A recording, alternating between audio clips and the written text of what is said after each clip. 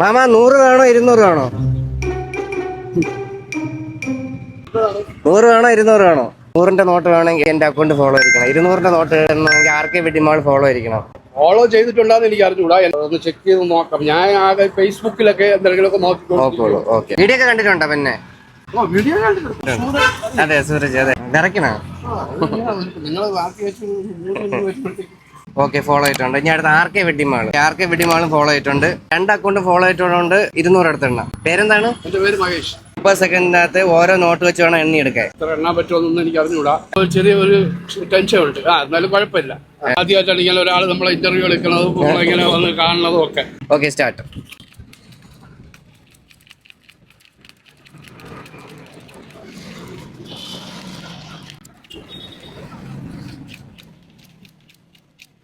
Okay stop. 63.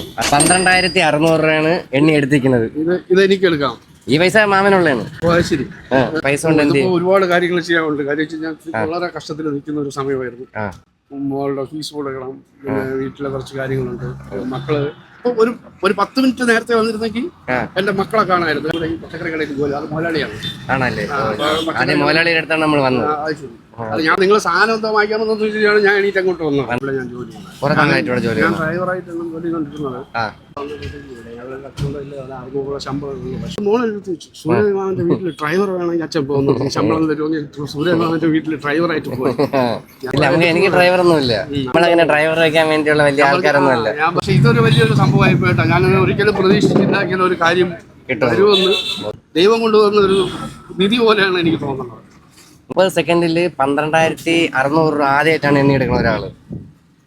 അപ്പൊ ഞാൻ കൂടുതൽ എണ്ണി എടുത്തെന്നാണ് പറയുന്നത്. അതെ, കൂടുതൽ എണ്ണി എടുത്ത ആളാണ്.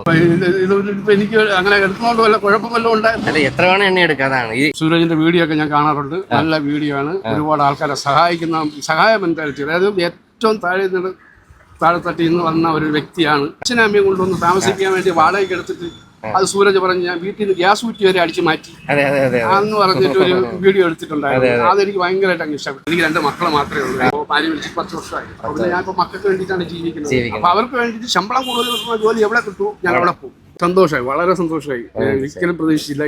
മോളെ ഇവിടെ ഇവിടെയാണ് പഠിക്കുന്നത്, ആർക്കിടിയിൽ +2 പഠിക്കുന്നത്. അപ്പൊ മോള് പേര് സ്കൂളിലാണ് പഠിക്കുന്നത്. അത്രയൊന്നും ഞാൻ ആഗ്രഹിച്ചിട്ടില്ല. ഇതിന്റെ പകുതി പോലും ഞാൻ ആഗ്രഹിച്ചു. നിങ്ങളും ഫോളോ ചെയ്ത് വെച്ചോ. അടുത്ത നിങ്ങളായിരിക്കും എണ്ണാൻ പോണത്. ആർക്കെ വെഡിമാളിന്റെ എന്റെ അക്കൗണ്ട് ഫോളോ ചെയ്ത് വെച്ചോ.